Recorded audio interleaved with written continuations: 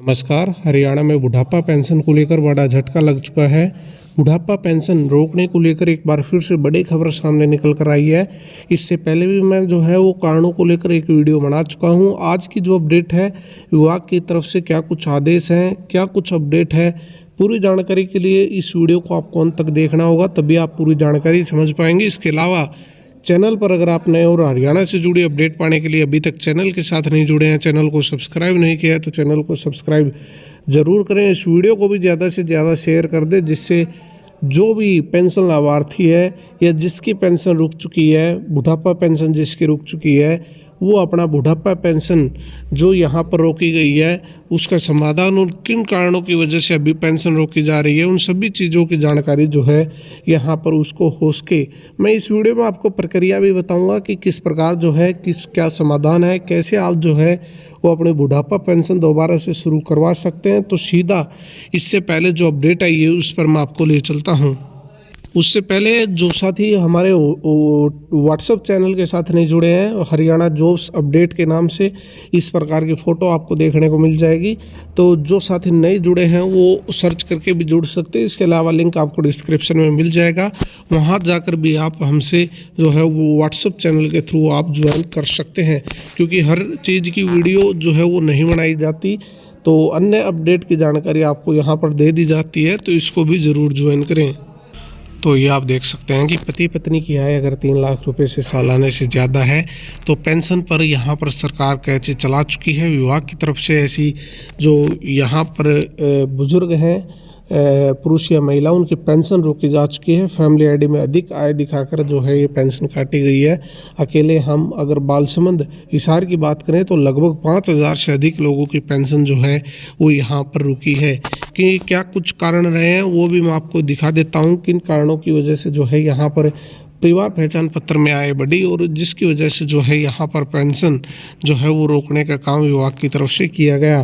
तो सबसे मेन कारण जो है वो 1,80,000 रुपये से अधिक की फसल जो है यहाँ पर फसल बिक्री जिन्होंने 3 लाख रुपए से ऊपर की, उन सभी की यहाँ पर मैं बताना चाहूँगा, अगर 1,80 से और 3 लाख के बीच अगर आपने फसल बिक्री की है तो 3 लाख रुपए तक आपकी जो है वो आय दर्शाई जाती है और नियम के अनुसार 3 लाख रुपए तक आपकी जो है यहाँ पर बुढ़ापा पेंशन नहीं रोकी जाएगी।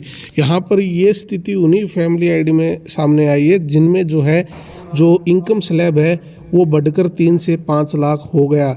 इस वजह से उनकी जो है पेंशन रुकी। 3 लाख रुपए तक की जिनकी फसल बेची हुई थी उनकी पेंशन विभाग ने अभी नहीं रोकी है। केवल 3 लाख से ऊपर जिन्होंने फसल बिक्री की है उन्हीं की पेंशन जो है वो रोकने का काम किया और उसकी वजह से उनकी आय में भी बढ़ोतरी जो है वो देखी गई। इसके अलावा जो यहाँ पर आपका बिजली बिल है उसकी भी यहाँ पर जो 24,000 से ज़्यादा लिमिट अगर उसकी थी तो उस स्थिति में भी उसकी जो है वो आय 3 लाख मान ली गई। तो मैं यहाँ पर ये पॉइंट भी न्यूज़पेपर ने मेरे हिसाब से जो है वो बिल्कुल सही नहीं छाप रखा है। ITR अगर उसने भर रखी है, परिवार की आय अधिक मान ली जा रही है, तो ITR यहाँ पर पति पत्नी की देखी जाती है। अगर पति पत्नी ने ITR 3 लाख रुपए से ऊपर भरी है तो ही उनकी पेंशन जो है वो रोकी जाएगी। इसके अलावा यहाँ पर जो है ये कुछ अन्य कारण है, इन कारणों को मैं जो है उससे नहीं मानता हूँ। यहाँ पर जो है ये जो इन्होंने कारण बताए हैं उस हिसाब से पेंशन नहीं रुकी है। पेंशन या तो फसल बिक्री 3 लाख से ऊपर की है तो पेंशन रुकी है, या यहाँ पर अन्य कारणों की वजह से अगर आय 3 लाख से ज़्यादा यहाँ पर घोषित हुई है, जिसमें सबसे ज़्यादा फसल बिक्री को लेकर ही जो है यहाँ पर बुजुर्गों को ये पेंशन रोकने का काम किया है। इसके अलावा फसल को ना माने तो हम जो है यहाँ पर उम्र वेरिफिकेशन जो आधार या जो है वोटर कार्ड किसी से भी की गई है तो उस स्थिति में जो है यहाँ पर जो डॉक्यूमेंट है वो मिसमैच की वजह से भी पेंशन रुकी है। बहुत सारे जो बुजुर्ग हैं उनका आधार कार्ड नंबर जो है वो गलत अपडेट है उनकी पेंशन में, तो एक ये स्थिति भी है। ये 2-3 स्थितियाँ हैं जिनकी वजह से ज़्यादा पेंशन रुकी है। एक तो फसल बिक्री 3 लाख से ऊपर, दूसरा जो है यहाँ पर DOB मिसमैच, और तीसरा यहाँ पर जो है वो आधार इनवैलिड। यानी 3 मेन कारण हैं जिनकी वजह से पेंशन रुकी है। यहाँ पर न्यूज़पेपर के अनुसार बताई गई जानकारी के अनुसार केवल जो है वहाँ पर इन परिवारों के संबंधित जिनके ये रीजन दिखा रहा है उनकी आय 3 लाख रुपए हो सकती है और 3 लाख पर सरकार जो है वो पेंशन नहीं रोकती है।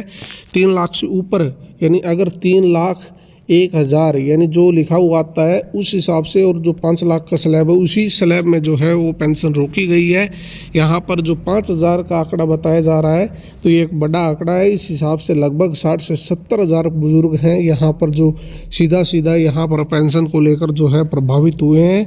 और यहाँ पर फैमिली आईडी में जो यहाँ पर बुजुर्गों का क्या कुछ कहना है तो इन्होंने अपने अपने तर्क दिए हैं। तो ये यहाँ पर देख सकते हैं, जैसे 15 एकड़ ज़मीन ठेके पर लेकर खेती की। इसके अलावा यहाँ पर जो डीओबी मिसमैच का है वो भी मैं आपको बता चुका हूँ, जैसे इनकी 63 साल और फैमिली आईडी में 42 साल दिखा दी। इसके अलावा इन्होंने भी जो है वो फसल बिक्री यहाँ पर 3 लाख आय, 3 लाख से ज़्यादा आय दिखा रही है।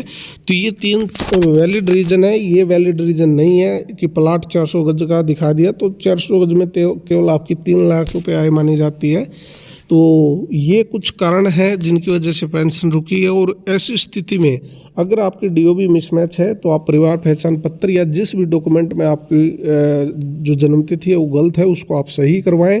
फसल बिक्री वाले मामले में सरकार कह चुकी है, यहाँ पर नई एसओपी तैयार की जा रही है। वो एसओपी जैसे ही आएगी उसके बाद पता चलेगा। यहाँ पर जिनकी आय बुजुर्गों की पेंशन यानी 3 लाख से ज़्यादा होने की वजह से रोकी जा चुकी है, तो एसओपी के बाद यहाँ पर कन्फर्म हो सकेगा कि इनको पेंशन आगे मिलती रहेगी या इनकी पेंशन जो है यहाँ पर इसी प्रकार रोकी जाएगी।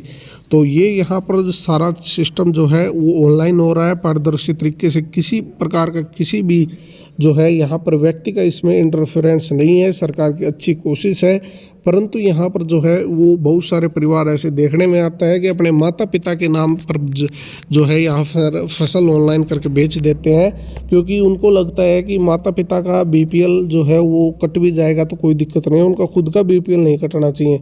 एक मेन कारण जो है बीपीएल परिवारों को लेकर जो लालच है वो भी यहाँ पर इसका मेन कारण है, जिसका यहाँ पर अब बुजुर्गों को सामना करना पड़ रहा है। तो सरकार ने यहाँ पर जो है ये अपने आप यहाँ पर सरकार ने कि नहीं किया है, ये सब कुछ ऑटोमेटिक है और उसी चीज़ के तहत ये चीज़ें हुई हैं। और यहाँ पर जो समाधान है उसको लेकर मैं बता चुका हूँ। कुछ स्थितियों में ये समाधान अभी नहीं है, उसको लेकर थोड़ा बुजुर्गों को इंतज़ार करना होगा।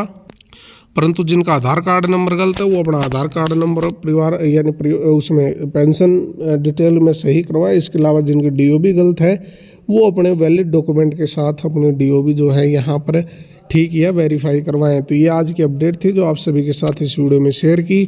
आगे जैसे आपसे जुड़ी अन्य कोई और अपडेट आती है तो आपको ज़रूर इन्फॉर्मेशन दी जाएगी। तब तक के लिए धन्यवाद।